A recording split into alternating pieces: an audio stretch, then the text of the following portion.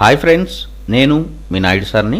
100% మీరు మాట్లాడతారు Nihali spoken English institute.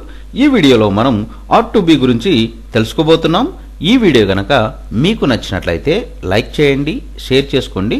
Share చేసుకోవడం వల్ల ఎంతోమంది ఇంగ్లీష్ రాని వారికి నిహాలి స్పోకెన్ ఇంగ్లీష్ని పరిచయం చేసిన వారు అవుతారు. మీరు కనుక మన నిహాలి స్పోకెన్ ఇంగ్లీష్ని మొదటిసారి చూస్తూ ఉన్నట్లయితే తప్పకుండా సబ్స్క్రైబ్ చేసుకోండి. R2B అంటే బాధ్యతగా ఉండాలి అని అర్థం.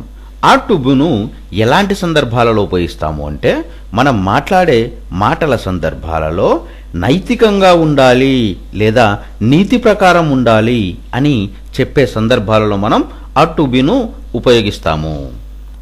ఎగ్జాంపుల్ తీసుకున్నట్లయితే, I are to be honest, నేను నిజాయితీగా ఉండాలి. They are to be careful, వాళ్ళు జాగ్రత్తగా ఉండాలి. We are to be grateful to our teachers, మనము మన ఉపాధ్యాయులకు కృతజ్ఞులై ఉండాలి.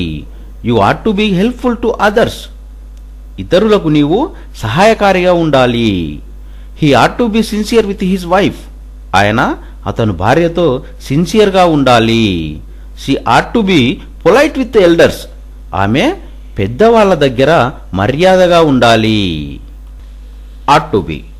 R2B అంటే బాధ్యతగా ఉండాలి అని అర్థం.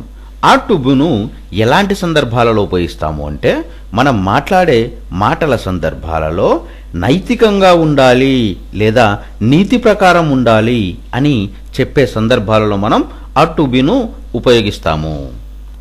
ఎగ్జాంపుల్ తీసుకున్నట్లయితే, I are to be honest, నేను నిజాయితీగా ఉండాలి. They are to be careful, వాళ్ళు జాగ్రత్తగా ఉండాలి. We are to be grateful to our teachers, మనము మన ఉపాధ్యాయులకు కృతజ్ఞులై ఉండాలి. You are to be helpful to others, ఇతరులకు నీవు సహాయకారిగా ఉండాలి. He are to be sincere with his wife, అతను భార్యతో సిన్సియర్గా ఉండాలి. She are to be polite with elders, ఆమె పెద్దవాళ్ల దగ్గర మర్యాదగా ఉండాలి.